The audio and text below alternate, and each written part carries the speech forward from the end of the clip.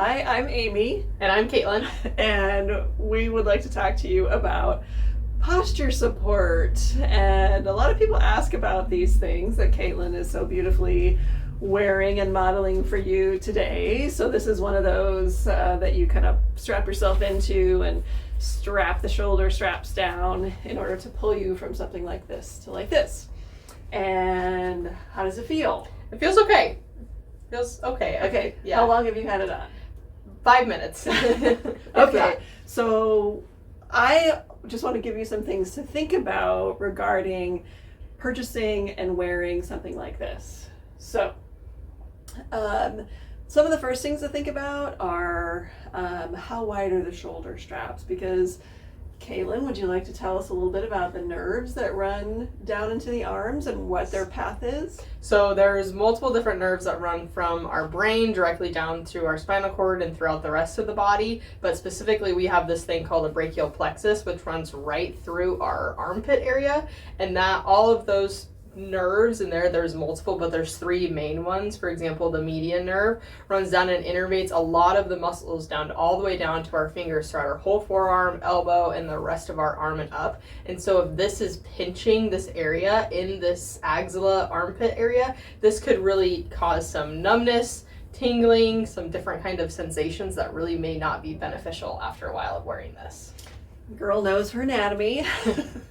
So the things to think about are you letting the posture support do the work and you're sort of sagging into it? If you are, then this is going to be putting a lot of pressure.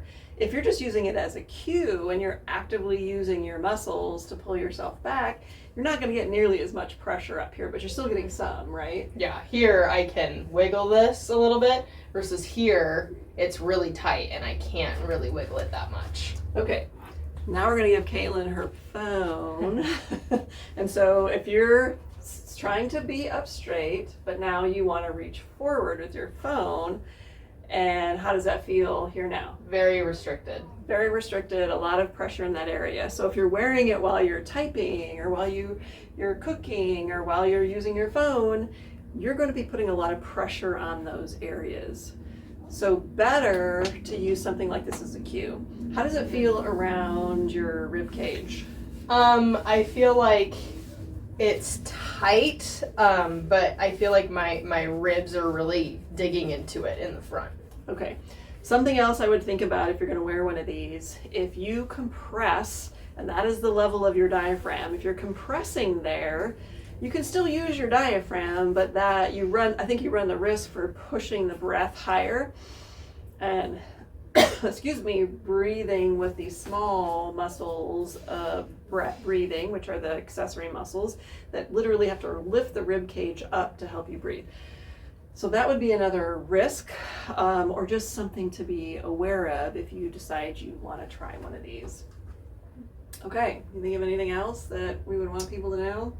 I think that's it. Okay, yeah, use it if you're going to use one, use it as a cue, but probably better to think about, well, what are the muscles that I need to be using in order to hold myself up like this, and practice using those muscles, integrate some movements that would strengthen those muscles, and then stretch across the chest, because it might not be because you're weak back here, it might just be because you're tight here. So come see one of us and we can help you sort that out. Okay, thank you. Thank you.